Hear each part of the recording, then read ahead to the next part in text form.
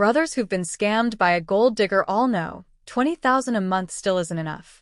When I got into university, my parents raised my living allowance to 20,000. To me, it felt like a blessing.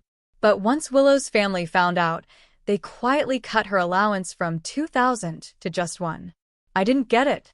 I asked, "Your parents really did that? Can you still afford to eat?" She gave me this pitiful look, sighed softly, and said, "My younger brother's taking his exams next year. My mom says it's too hard to support both of us. Honey, if I can't eat enough, you'll take care of me, won't you?" I froze. Shocked. "You're already acting like a gold digger," I blurted out. "Aren't you even a little ashamed?" "My name is George. This year, I outdid myself on the college entrance exam and landed a spot at one of the top universities in the province. My parents were overjoyed. They even threw a big banquet and invited the whole extended family. The gifts came pouring in. My grandparents alone handed me 200,000. My uncles, aunts, and cousins all pitched in too. My dad grinned ear to ear and said, "George, you just graduated high school, and you're already a rich kid." I laughed and promised, "Don't worry. I'll take care of you guys in the future." The truth is, I've always been careful with money. Even as a kid, I never wasted a cent. But my parents already had a plan for me. They told me, "Once you start university, we'll give you 20,000 a month. If you want something, buy it. If it's not enough, call us. Don't borrow from anyone." I'd already looked up the cost of living in City S. 2,500 was enough to live comfortably there. So, 20,000? That was more than generous. "Thank you, Dad." "Thank you, Mom," I said. While I was living large, Willow's situation was completely different. She was the prettiest girl in our class, flawless looks, elegant, always carrying herself with a kind of quiet grace. We'd been desk mates for 3 years in high school, just ordinary friends. But right before the exams, we made a pact. If we both got into the same university, we'd finally start dating. And we did. Which meant, naturally, she became my girlfriend. But her family wasn't nearly as well off as mine. She had a younger brother a year below us, and her parents had heavy expenses. Willow told me her mom could only afford to give her 2,000 a month. Now, under normal circumstances, 2,000 doesn't sound terrible. But in a city like S, it barely covered the basics. I didn't want her to feel embarrassed, so I tried to reassure her. "If you're careful, it should still be enough," I told her. She looked aggrieved, her voice soft. "Yeah, I guess there's no choice. By the way, how much are your parents giving you?" I hesitated. "You don't need to know." But she pressed me again and again until finally I gave in. 10 times what you get." Her eyes widened. 20,000? I nodded. She groaned dramatically, bit her lip, and complained, "That's so unfair. I need makeup, I need contacts, I need long skirts, short skirts, dresses. You guys wear the same clothes for a year. Girls have so many more expenses. And your allowance is 10 times mine? Isn't it supposed to be raise daughters rich, sons poor? How can they treat us like this? It's totally unfair." I stared at her, stunned. "Do you even hear yourself right now? You're saying it's fair for girls to be spoiled, but not guys? Maybe it's because of that thinking, that sons should be raised poor, that men feel guilty for wanting to enjoy life. What's so wrong with me wanting to live well too?" She bit her lip and went silent. A few days later, there was a secondhand charity sale outside the school. Seniors were selling off things they didn't need anymore. I brought along some backpacks, magazines, and used notebooks, even a tablet to sell. Willow, on the other hand, didn't have much. She'd saved most of her things for her younger brother. After helping me at the stall for a while, she looked embarrassed and said, "George, could you give me a discount on that backpack?" I pointed. "This one?" She nodded. It was a sports brand backpack I'd bought years ago for more than 3,000. I'd taken good care of it. It was still about 70% new. I figured I could sell it for 300 or 400. She lowered her voice. "My brother saw this exact backpack in the mall once. He really liked it, but we couldn't afford it. If I could give it to him, he'd be thrilled." Something about that tugged at me. I wasn't going to use it anymore anyway. Better for it to bring someone joy than collect dust. All right, I said generously. No charge. Take it. Her eyes lit up. She stood on tiptoe, kissed me on the cheek, and whispered, "Thank you, babe." Later, her brother even messaged me to say thanks. I felt a little embarrassed, but happy I could help.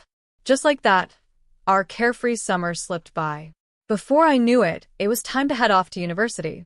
Although Willow and I were both going to the same school, we couldn't travel together. My parents booked me a flight, while she had to take the train. We planned to meet up after arrival. On my first night in the city, I thought we should celebrate. So, I picked a local specialty restaurant near campus. A nice place, not extravagant, but definitely a step up from the school cafeteria. As soon as Willow walked in, she looked around, taking in the decor, the menu, the atmosphere. Her shoulders sagged and she muttered, "Do you usually eat at places like this? If you weren't treating me, I wouldn't even dare step in here." I smiled and said, "It's not that expensive." But deep down, I could already feel it. Our worlds were built on two very different foundations, and the cracks were starting to show.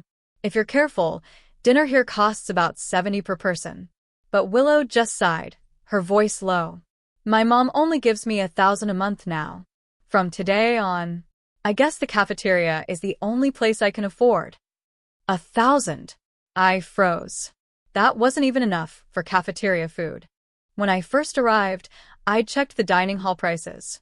A set meal was 12, maybe 13. The more expensive ones reached 19 or 20. Even if you were frugal, 3 meals a day came out to at least 20 or 30. How could she possibly survive on that? "Didn't you say it was 2,000 before?" I asked, genuinely puzzled. Willow let out another sigh, this one heavier. "My brother's taking the college entrance exam next year. He needs tutoring. It's hard for my parents to support both of us, so they told me to spend less." I didn't know how to respond. It wasn't my place to criticize her family. So instead, I offered, "I'll ask around about work-study jobs. Being self-reliant isn't such a bad thing." But Willow just looked at me with these pitiful eyes, her voice dropping into a soft whine. "Babe, if I can't eat enough, you'll take care of me, right?" For a moment, the word, of course, almost slipped out. But then a strange thought hit me, like a puzzle piece clicking into place. Her mom had promised 2,000. Surely, adults know the real cost of living. So why cut it down to 1? Was it really because they couldn't afford it? Or was it because they expected me to cover the rest? But here's the thing. I'm just a student. The money I spend isn't mine. It's my parents'. They raised me. They're responsible for me. What right did I have to spend their hard-earned money on someone else? I went quiet, lost in that uneasy thought. Willow, meanwhile, fixed her eyes on me. "Babe," she pressed, her tone sharper now, "you're really not going to take care of me?" It felt like she was trying to force a promise out of me. But I've never been the type for games. I'm a straight-talking science guy. So I said it bluntly. "You're already trying to be a gold digger. Aren't you even a little ashamed?" Her lip trembled. "George," her eyes went red, glassy, as if I had just betrayed her. We sat there in silence for a long minute, both locked in a standoff. And then guilt crept in. I thought of her family, of how they clearly favored her younger brother. Even now, when she was in college, her mom wouldn't give her enough to live on. My tone softened. "Don't be mad. I was joking. But do you think your mom's doing this on purpose? Hoping I'll spend more on you?" Some things are better said out loud than buried inside. Her pupils shrank. "And no," she stammered. "All right then," I said flatly. Because if her mom really thought she could milk me through her daughter, she was in for a surprise. I wasn't that easy. After that, the mood was gone. I didn't feel like going to a movie anymore. We just ate quietly and went back to campus. And that was how my fresh, tense college life began. The next day at noon, I met Willow in the cafeteria. I grabbed a roast duck set meal. She bought nothing but a small bowl of cold noodles. I was starving and demolished my plate in just a few bites. But suddenly Willow frowned and snapped. "Why are you only thinking about yourself? There was only one chicken leg, and you didn't even ask me before eating it." I blinked at her, baffled. It's just a chicken leg. What's the big deal? Her lips quivered. Do you think I care about the chicken leg? I just think you're selfish. Other boyfriends, they save the best for their girlfriends. Why are you different? I set my chopsticks down, my tone sharpening. Willow, I bought this meal with my money. What's wrong with me eating the chicken leg? She tried to cut in, but I didn't let her. If you're eating food I paid for, then spare me the guilt trip. Either eat it or I'll toss it. But don't play games with me. She shrank back, muttering, I'll eat it, looking wounded. I was speechless. After lunch, we walked to a fruit shop. Fruit on campus wasn't cheap. I picked up a box of lychees and a box of watermelon. Just as I was about to pay, Willow slipped in with a box of durian, cradling it like a child. Babe, can you get me this too? She asked, eyes pleading. She wasn't demanding, just pitiful. And I gave in. I reached out, scanned it, and paid. And like that, the first month slipped by. But when I checked the balance on my meal card, I realized something shocking. My expenses were several times higher than my dorm mates. And it wasn't like I was eating better. I dug deeper into the receipts. Buns. Sausages. Trendy snacks. Clothes. Shoes. Cosmetics. Skincare. Little things one after another, adding up to a ridiculous sum. All of it spent on Willow. Even toilet paper I bought. Gone. Swiped. That night, when Willow invited me to dinner, I finally said, sorry. I'm on a fitness kick now, low-calorie meals only. When she heard that, Willow froze. Then she smiled sweetly, her tone soft, almost coaxing. Babe, why are you even working out? Health and happiness matter more. If you just eat boiled eggs and chicken breast every day, won't you get depressed? Besides, people think girls like muscular guys, but honestly, that kind of body scares me. I like you exactly the way you are now. I didn't know what to say. She was adorable when she acted sweet like that, and I had to admit, my roommates adored her. Because here's the thing, during that whole first month, no matter how hungry she was, Willow never ate without me. Even if I was late, she'd wait. My roommates saw that and sighed, George, what kind of goddess girlfriend did you find? But what they didn't know was this. Willow wasn't just sweet. She was subtle. At first, Willow would only get the tiniest bit of food for herself, smiling as she claimed, I'm a girl. I don't eat much. But little by little, she started leaning over, stealing bites from my plate. I didn't mind. In fact, I adjusted to it. I started ordering extra just so she'd have enough. And deep down, I told myself, this allowance my parents gave me was meant for me, not for someone else. But if I was the one buying it and I was simply sharing with my girlfriend, then it didn't feel so hard to swallow. Because there's a difference, right? Spending money on someone and sharing with someone aren't the same thing. But once I got used to that rhythm, things escalated. She began pulling me along on shopping trips. She never directly asked me to buy things. Instead, she'd warm me up first, treat me to a bubble tea. Then, when mealtime rolled around, I'd feel this quiet obligation to return the favor with a bigger meal. And she was clever. She'd sigh and murmur, Ugh, my bestie is so annoying. She keeps bragging that her boyfriend took her to another 5-star buffet. Can you believe how fake people are? And I'd look at her, see that satisfied smile appear after I gave in, and somehow, I didn't feel taken advantage of. Maybe it was because she wrapped it all in the illusion of give and take. So even though it was one-sided, it didn't sting. Only now do I realize I had unknowingly taken on most of Willow's living expenses. The breaking point came just last week. I had bought a box of mangosteens, planning to bring them back for my roommates. But before I could share, Willow secretly ate the entire box. When I found the empty container, frustration flared. I rubbed my temples and asked, If you wanted some, couldn't you just buy it yourself? She avoided my eyes, mumbling, My family never buys mangosteen. I'd never even tasted it before. You're being so stingy. You get $20,000 a month. This is pocket change for you. Why are you acting so cheap? I'm your girlfriend, aren't I? The way she looked at me, pitiful yet infuriating all at once, made my blood boil. I snapped. My parents give me 20,000 because they're afraid I won't have enough. Not so I can blow it all. They just don't want me relying on anyone else. But your family is the complete opposite. That fight ended with me storming back to my dorm. And that night I made it official. I was on a fitness plan. No more dinners with Willow. The next evening, she clung to me downstairs by the dorms, her voice desperate. Girls don't like muscular guys anyway. You don't have to do this. I shook my head, calm and firm. Sorry. From now on, no more dinners together. Her eyes widened, like I had struck her. Huh? No way. But for me, it really was no way. If I can't manage my own diet, how can I expect to manage my life? She saw the resolve in me and wilted, her head hanging low, walking away in defeat. The moment she left, my roommate poked his head out. George, you're really not going to eat? I couldn't help but laugh. Of course I'm eating. Let's go out. Because, let's be real, I wasn't about to starve myself just because of Willow. That night, after stuffing ourselves, we walked back to campus. On the way, my roommate David turned to me and asked, You and your girlfriend, is there really any point in continuing this? And that question hit me harder than I expected. Was there? When I first started dating Willow, I thought long and hard about it. I wasn't looking for something casual. But after 3 years of sitting side by side in class, I realized maybe I never really knew her at all. Only after getting together did I see it.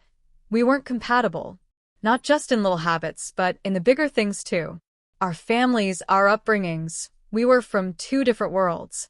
My family isn't extravagant, but in a third-tier city, we're considered local elites. Both my parents hold mid to senior positions at their companies. Our relatives are comfortable, successful. Our lifestyle, our spending habits, completely different from hers. Sometimes Willow would tell me stories about her family. How her mom waited until after 9 p.m. to grocery shop just to grab the heavy discounts. How her dad hadn't bought new shoes in 3 years. When the soles wore out, he patched them up. How her younger brother saved up 6 months of pocket money just to buy her a dress. She'd get emotional, her voice trembling as she vowed to repay her family one day. And then there was my house. Both my parents work late. My mom doesn't even glance at food prices. She only cares if it's fresh. Our kitchen is full of gadgets that save time. Dishwashers, robotic vacuums, every convenience. My mom always says, time spent on chores could be time spent making money. My dad? He doesn't splurge on clothes. But when it comes to formal events, his suits and shirts easily cost over 10,000 yuan. They taught me this. Work hard, spend wisely. Don't obsess over saving. Focus on earning. Money isn't saved. Money is made. That's why I plan my finances carefully. Why I think long-term.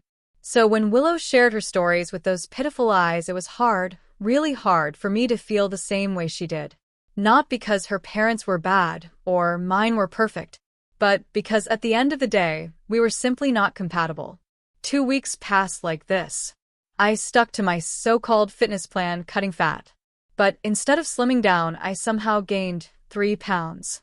Willow, on the other hand, looked visibly thinner. Her cheeks hollowed out, her energy fading. Without me covering her expenses, her 1,000 yuan allowance wasn't enough to sustain her. And watching her, I couldn't decide, should I pity her? Or should I shake her awake? If money was tight, why couldn't she just ask her parents? Why was it always me she leaned on? Maybe the sudden weight gain had made her suspicious, because one night, I tried to sneak a little comfort food.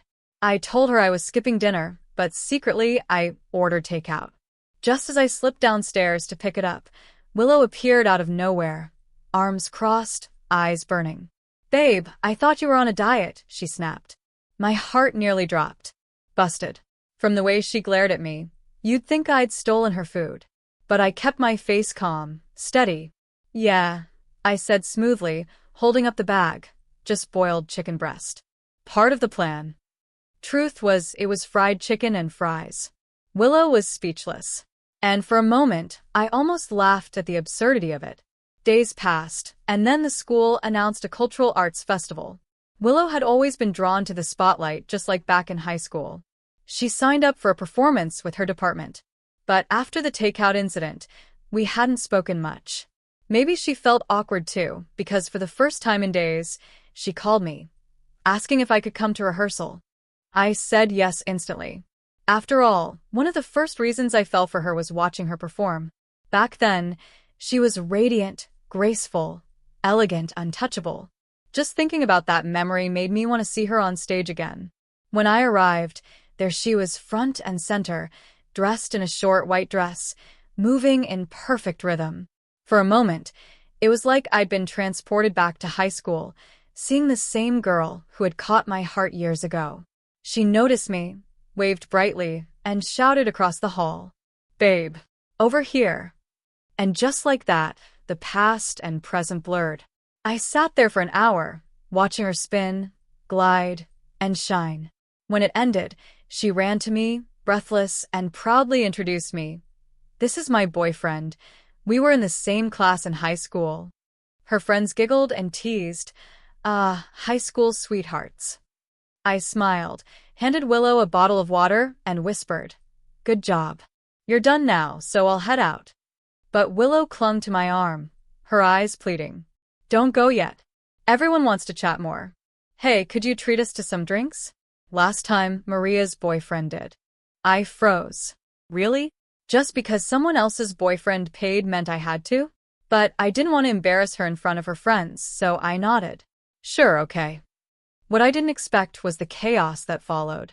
The girls stormed into the convenience store, grabbing bubble tea, 2-3 bottles each. Some went for ice cream, but not the cheap kind. The fancy, top-shelf stuff. By the time they piled everything on the counter, the bill was $250 for drinks and snacks. My face darkened, and Willow caught it immediately. "Don't be so stingy," she muttered. "You get $20,000 a month. This is nothing." That cursed line again. 20,000. Like it was written on my forehead. I clenched my jaw, swallowed the anger, and looked at her squarely. "Next time," I said quietly, "don't call me for this." Because in that moment, I knew something between us had already started to crack. I couldn't hold it in anymore. The words just ripped out of me. "That phone you made me buy, was it always meant for yourself? What's this post supposed to mean?" For a split second, Willow froze. Caught. But almost instantly, she shifted, eyes darting, lips trembling, putting on that pitiful mask she wore so well. "Babe, you've got it all wrong," she pleaded. "I just wanted to show my roommates that my boyfriend cares about me. All their boyfriends buy them stuff. I didn't want to look less." Her words felt rehearsed, hollow, and I was done playing along. I took a deep breath, my patience wearing thin. "You know exactly what this is. Now, give me the phone back." She pouted like a child. "It's not ready yet. I still need a few hours for the customization." That was it. I snapped. "This is my property. Are you giving it back, or do I need to call the police?" For the first time, she saw I wasn't bluffing. Her eyes narrowed, her lips curled, but she finally spat back. Fine. Take it. You're so petty. I was just trying to do something nice, make people say good things about you." My jaw tightened. "I don't need you to do anything nice for me. Just don't screw me over. That's enough." She stomped upstairs, sulking, and returned with the phone. It was still warm in my hands, like it had been working overtime. When I unlocked it, the screen lit up mid-upload. She had been recording a dance video, seconds away from posting it online. My blood boiled. Then my roommate leaned over. Hey. She didn't even log out of WeChat. At first, I told myself I wouldn't look. I wasn't that guy. But then, ding, a message popped up right in front of me. The sender's name, Big Brother. George won't be mad, right? I frowned. Willow didn't have a brother my age. It had to be her younger brother. And the message, it was about me. Against my better judgment, I tapped it open. What I read made my stomach twist. Her brother had texted, "Isn't it kind of wrong to trick George into buying you such an expensive phone?" And Willow's reply? Cold, casual, like it was nothing. "What's wrong with it? That just proves your sister's got skills." You don't even know how amazing this phone is. Photo quality, video playback, everything's smooth. Her brother tried again. But sis, don't you have savings? Just ask mom and dad. Why use George's money? And Willow's answer hit me like a slap. Relax. I'll just act cute and cry a little. He always caves. Besides, he's loaded. I saw his bank balance yesterday. Even after this phone, he's still got over 100 grand sitting there. If I don't spend it, who will? Then came the emojis. Shocked faces, confetti, like she had just pulled off the heist of the century. Her brother pushed back. This isn't right. Mom shouldn't have taught you to take advantage of people. But Willow? She doubled down. Being his girlfriend is his privilege. What's wrong with using a little of his money? Remember that backpack you wanted? Mom and Dad said no. George gave it to me without blinking. His family's rich. We're just redistributing the wealth. My hands shook as I scrolled. That backpack. The one I thought was a sweet gift. Turns out, it was just another entry on her list of wins. And then, it got worse. Her little brother tried one last time. Sis, this isn't right. You'll ruin everything with him. And Willow's reply, it made my blood run cold. It's fine. I've almost trained him into a doormat. But lately, he's been stingy. Total cheapskate. My vision blurred. I read it again. Train me into a doormat. Her brother warned her, desperate. George isn't stupid. If you keep pushing, he'll break up with you. Willow laughed it off in text form. Break up? He wouldn't dare. If I really wanted to squeeze money out of him, it'd be too easy. And if he ever takes me to a hotel, I could just threaten to call the cops. Say he forced me. Then he'll pay for the rest of his life. Or rot in prison. Either way, I win. Her brother's response was pure shock. What the hell, sis? That's false accusation. But Willow kept typing, like she was proud. So what? I even joined a sugar baby gets rich group. Tons of girls do it. They even share strategy templates. If George doesn't listen, I'll call the cops. He'll pay, or he'll pay. And then the laugh. That cruel text message laugh. Ha ha ha. Her brother finally snapped. You've lost your mind. Do whatever you want, I'm done talking to you. But Willow wasn't done. When you get a girlfriend, watch out. I haven't gone all the way with George yet, only because I still have some feelings left. But if he pushes me, I'll show him what I'm capable of. And when he stayed silent, she kept rambling. Do you know how rich his family is? Back in high school, his dad picked him up every day in an Audi A6. If he wasn't rich, do you think I'd bother? I was the school beauty, remember? He'll buy me a house one day. Pay for your tuition. Even your study abroad. Every line cut deeper than the last. By the time I reached the end of that chat log, my chest was tight, my head spinning. This wasn't just betrayal. This was hell-level manipulation. Willow, the girl I thought I loved, was terrifying. Calculated. Cruel. My roommates hovered around me, reading the messages too. Their faces mirrored my own horror. One of them finally whispered, "This is insane. Pure psychological warfare." And in that moment I knew everything I thought I had with Willow was nothing more than a performance. And I had been cast as the fool. Hell is empty. The devils walk among us. That's what one of my roommates muttered under his breath after reading everything. And honestly, he wasn't wrong. Suddenly, all the hints Willow had been dropping made sense. The way she'd suggested she didn't have to go back to her dorm at night. I'd always been cautious, conservative. I never crossed that line with her. And thank God I didn't. Now I could see exactly what she had been planning. One roommate shook his head. This is messed up. We should call the police. Another shivered. Just knowing people like her exist, it gives me chills. But the third one? He gave a bitter laugh. The cops won't do a damn thing. Let me tell you, if you'd slept with her, even with these chat logs, the moment she cried forced, you'd be done. Prison, George. No questions asked. Silence settled over the room. I sat there, breathing hard, forcing my thoughts into order. Then finally I spoke. You're right. The police might not help. But I'm not just going to sit here and take it. If she thinks she can play me, she's about to learn. I'll deal with this gold digger on my own terms. Heaven had shown me mercy. It let me see Willow's true face before I made the kind of mistake that could ruin my life. And I wasn't going to waste that chance. So I got to work.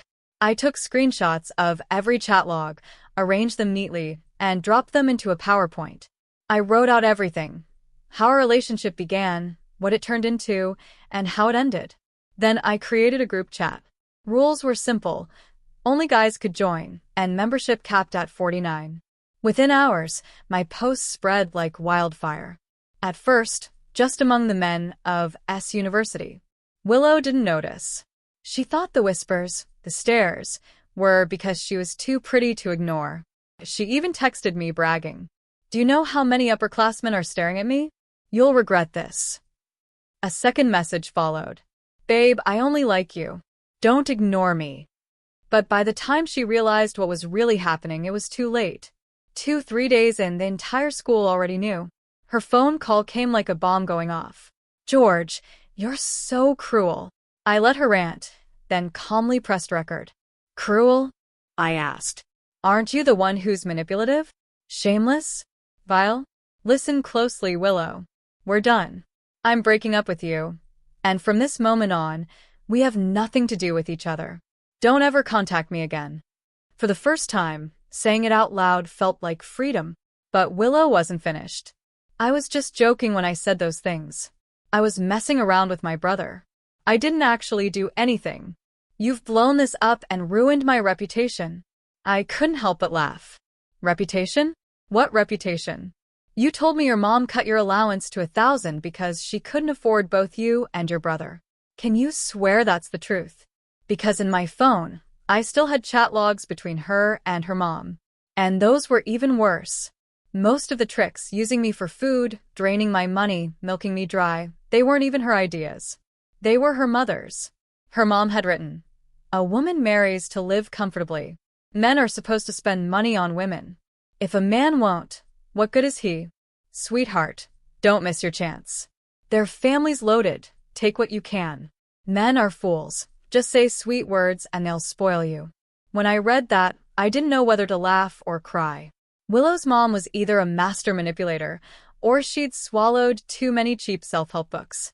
Either way, that family was toxic. And I wanted no part of it. Ever.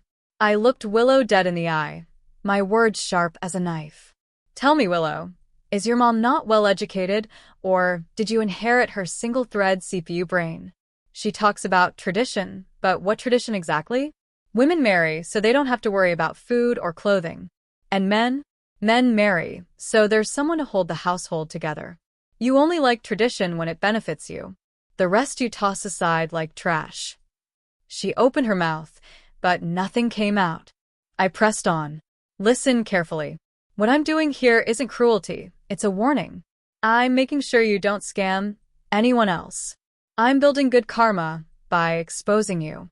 And maybe, just maybe, I'm giving you one last alarm bell before you ruin your life completely. Her face twisted. Fine. You really are ruthless. Go to hell, George. Push me far enough, and I'll drag you down with me. Even if I die, I'll take you with me. Her threats made me laugh. A hollow, exhausted laugh. Empty words, Willow. And with that, I blocked her number. Then I took the recording, marched down to the police station, and filed a report with the school. The police shrugged, said there wasn't enough evidence, but still summoned her, warning her not to cross the line again. The school took it harder. The counselor pulled her in, more than once, and made it clear. Another word like that, and she'd be forced to withdraw. Expulsion would wipe out everything she'd worked for, over a decade gone in smoke. And just like that, the mighty Willow fell silent. She kept her head down, no longer daring to spout threats. When it was all over, one of my roommates clapped me on the shoulder. George, you're brave, man. Weren't you afraid she'd retaliate? If it were me, I'd have swallowed the loss quietly. I thought for a moment, then shook my head. It was already too far gone. If I had to fight, then I'd fight to the end. He gave me a thumbs up, eyes wide. You're something else.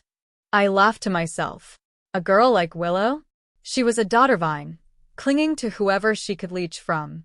She wasn't going to risk her own skin just to drag me down. She valued her life far too much. My roommates covered their faces, chuckling. So true. And just like that, I thought it was over. I thought I was finally rid of her. But half a month later, Willow came crawling back. She switched numbers, sent me long apology texts. George, everything before was a misunderstanding. I truly love you. When I blocked her again, she tried a different tactic, waiting outside my dorm, pale and pitiful. Please don't leave me.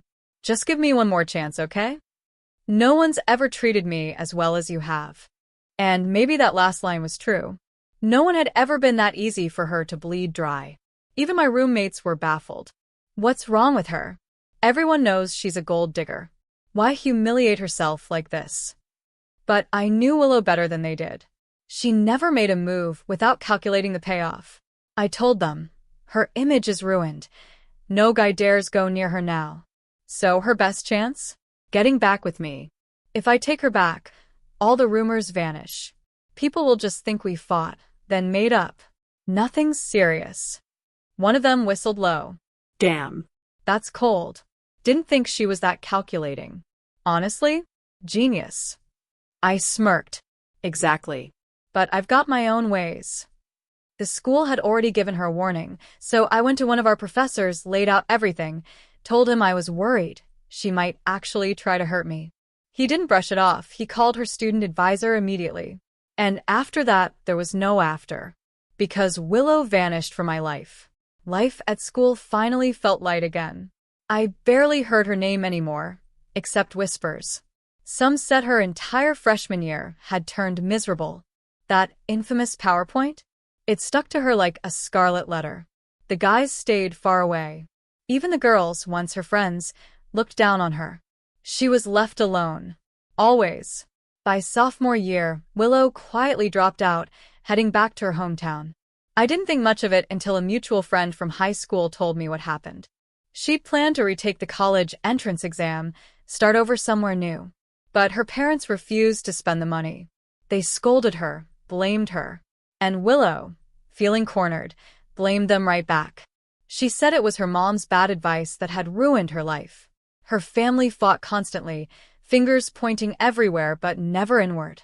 She even cried to her best friend, saying that at first, she really had feelings for me. That she even chose S University just to be with me. Maybe that part was true. But once she started listening to her mom, scheming for money, everything turned sour. Maybe she hoped those words would find their way back to me. But deep down, I knew the truth. The problem was never her mother. It was Willow herself. Her values were rotten to the core. Even with her brother, she bragged about manipulation as if it were cleverness. Now, blaming her parents? Just another mask. Another performance. With Willow gone, even the air felt fresher.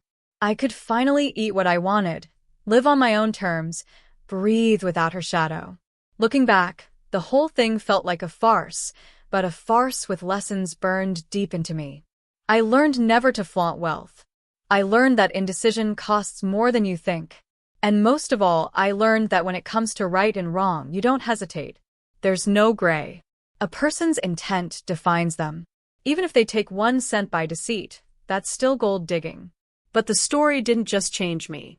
It changed S University. That group I created? It survived. It even earned a new name, S University Gold Digger Watch Group. Membership stayed capped at 49. And with every new generation, the torch was passed down. Students began to see it as more than a chat. It was a mirror, one that exposed people's true natures. Anyone showing signs of manipulation, anyone playing two sides, anyone freeloading, they ended up archived.